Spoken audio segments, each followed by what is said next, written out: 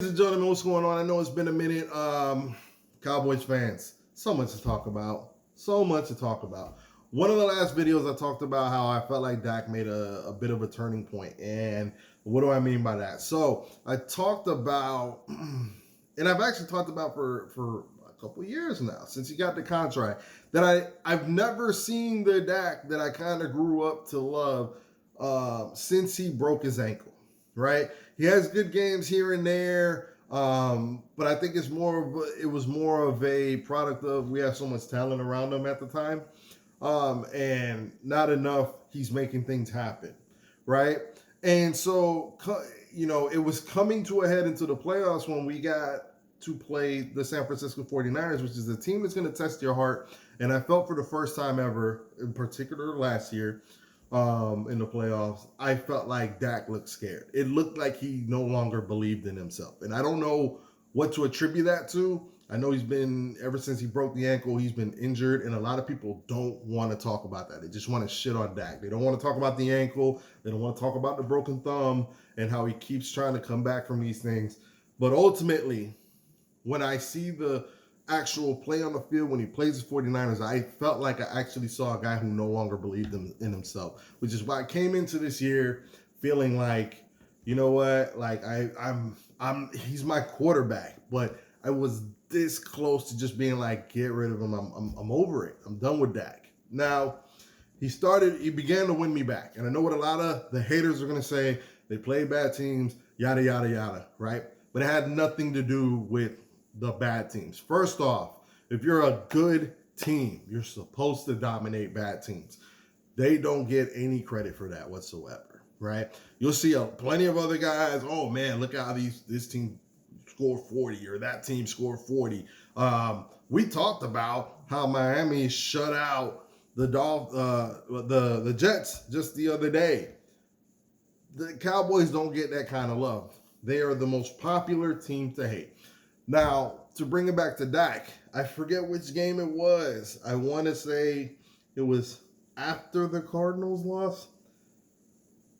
Sometime after the Cardinals lost, and I can't remember if it was, San Fran or the Cardinals that came around first. I can actually look it up, but it doesn't really matter. There was a game where, I was, after one of those losses, I was saying it doesn't look like Dak is letting it rip, right? It looks more like he's trying to aim the ball instead of like just zip it in there, like you mean it, right? And what happens is he'll end up throwing lollipops. They get popped up, and more than anything, he was throwing the ball high.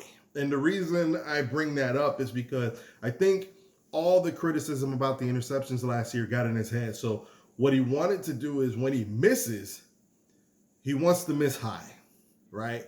And it's on purpose, in my opinion. It's so that, okay, if the receiver doesn't catch it, it's going to go out of bounds or into an empty space where a defender is not. And instead of playing the game, like it got to a point I was like, Dak's just too in his head. The injuries have done him in. And there, at some point, there was a turning point. And that turning point, if you give me a split second, I'm going to let you know what it was. That turning point was, any day now, the Chargers game. So it was, we took the bad loss to San Fran. We took the bad loss to Arizona. We beat up on New England, and then we took a bad loss to San Fran. From that point on, we did two things, and I feel like the quarterback and the coach did two things. Number one, we became more innovative in our offense. We stopped being so predictable. We were doing a whole lot of just lining up and play, right? And that's not what the NFL offense is this year. Nowadays, okay? I started seeing them move CeeDee Lamb more, motion more people, play some reverses, added some screen game in there. And then more importantly, I started seeing Dak Prescott dictate things. I started seeing him let it rip more. Like there's certain games that he was just dealing, right? And you don't have to take my word for it. It bears out in the stats.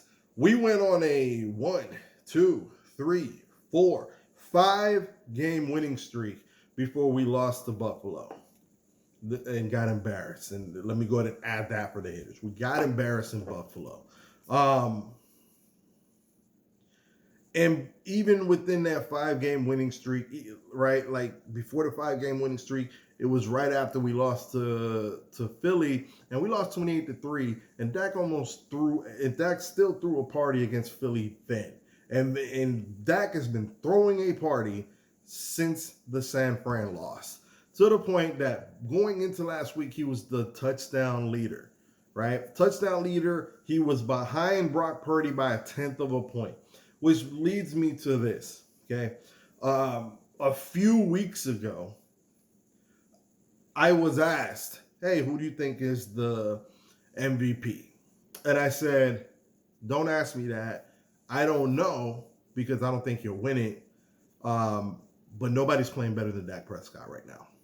And the response was, stupidly in my opinion, was they haven't played anybody da-da-da-da-da. It doesn't, and I tried to explain, it doesn't matter. That the reward is not based on your schedule. It's, are you putting up the numbers? Can you put the numbers up? And narrative typically dictates it, right? So, for instance, it took Brock Purdy maybe the last game, 2 games, before he started actually getting noise in the top 2, right? Because for a minute, it was Dak Prescott, and then I think it was Jalen Hurts, and then it was like Brock Purdy or some combination of Brock Purdy, CMC, Tyreek Hill, right? So I got heckled for saying Dak Prescott. Now, I'm in full agreement with you guys. Dak Prescott probably lost it on the heels of that Buffalo game. I don't agree that he can't regain it, because I think the MVP voting, or not the MVP voting, but the candidates, they all have something kind of pulling or pushing or anything. If you ask me today, my vote, I think Christian McCaffrey would be the MVP, right? But the reason Christian McCaffrey for me would be the MVP is because I think he's a catalyst for the offense in San Fran. Brock Purdy putting up great numbers, but I think the narrative is he has such a plethora of weapons. He has such a great play caller, Kyle Shanahan. People really feel like he's just a reflection of Kyle Shanahan, and that's kind of why he gets knocked down a peg in the voting. Unfairly, fairly, I don't know. We can discuss that in a separate video. But the one that annoys me the most, right, and the one that people seem to call me a hater on is I don't know why Jalen Hurts was ever in the MVP conversation. His numbers don't bear it. He's been a turnover machine, and the only reason, in my opinion, that he was there is because people just like him. Now, I've been called a Jalen Hurts hater. It's not true. I don't hate Jalen Hurts, but I don't think I've been the person that's been trying to tell people that I don't think Jalen Hurts is a good thrower of the football.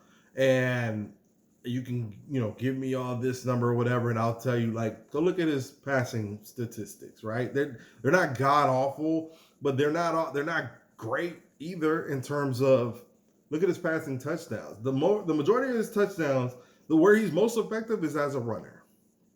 And what I tell people all the time is, I think Jalen Hurts, and I don't dislike him, right? But what kills me is I think the qualities that people see in Jalen Hurts are the same qualities that Dak Prescott has. I think they're both great leaders. I think Dak Prescott has a better arm, even though he's not the most natural thrower of the football. There are way better throwers of the football, obviously. But I think Dak Prescott is a better thrower of the football than Jalen Hurts. But Jalen Hurts is obviously a better runner than Dak. To the point that these MVP conversations are pushed by narrative. And because Philly was a top team, they were pushing the narrative that Jalen Hurts should be in the MVP conversation. The Eagles haven't looked good all season. They're winning games, but they're the most fugazi team. They're that fugazi team of the year. All right, in that there's that roster is so talented. They have the best line in the league, and then they have um, so many individual players. On defense, they're definitely taking a hit. I've talked about how letting some of those guys go is problematic. That they lost because they lost Hargrave.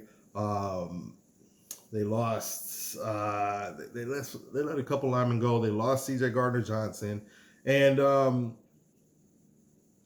just on veteran guile, they're winning some of these games. They keep it close. At the end of the game, they figure it out.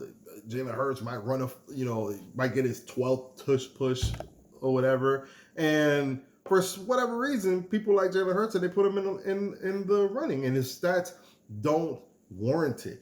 They're just now starting to go, you know what? Let's knock them down a peg because they're on a 3-game winning streak. Could have easily been 4 because they had to win in overtime in Buffalo. And then when we lose to the Cardinals, you hear all about it. You didn't hear about it that much when they lost to the Jets. So this isn't I'm just trying to provide context, right? To how people get emotional about certain things. I don't think Dak Prescott will ever win. I don't think they'll ever allow him to win MVP unless he breaks a record. Like, he'd have to be leading the league in passing touchdowns by like 10 touchdowns. He'd have to have some astronomical, like, it would have to be to the point that they can't deny it. But just simply leading the league statistically in various categories, they'll never let him have it because people hate the Cowboys so damn much. And then he's not helping his case. Like, at the end, my only argument has always been he puts the numbers up. Okay? He puts the numbers up, and if you put the numbers up and you're habitually a 12-win team, you should be considered. Now, I can respect the whole, oh, well, look what he does in the playoffs. That don't have shit to do with what they're doing in the regular season. All right? I think Dak right now, in my opinion, I think Dak should still be number 2 in the MVP rankings on the heels of that debacle of last week. Jalen Hurts shouldn't even be in the top 5.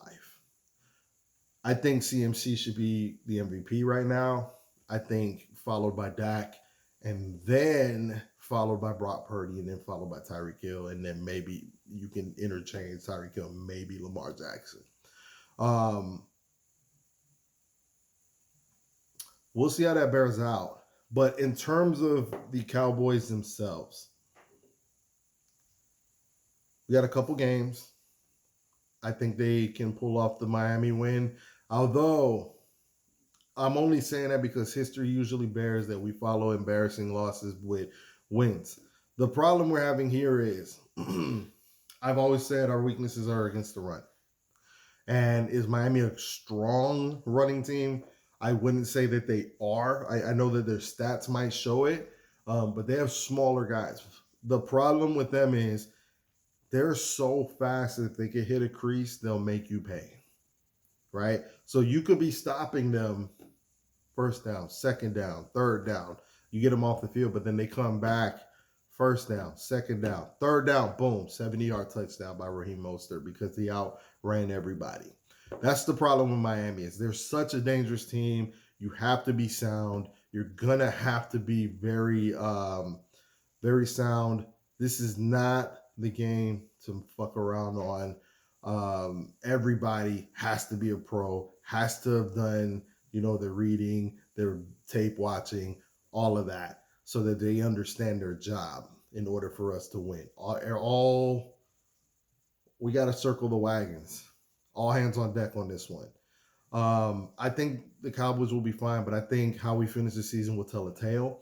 And much like my other team, the Jaguars, I think the NFC is open for business outside of San Fran. And I think it's tough to beat a team multiple times. So if it comes down to San Fran and the Cowboys, we'll see what happens. I'm not optimistic with the way we're playing the run. But that's all I got, guys. Like, subscribe, share. And I'll check you next time. Peace.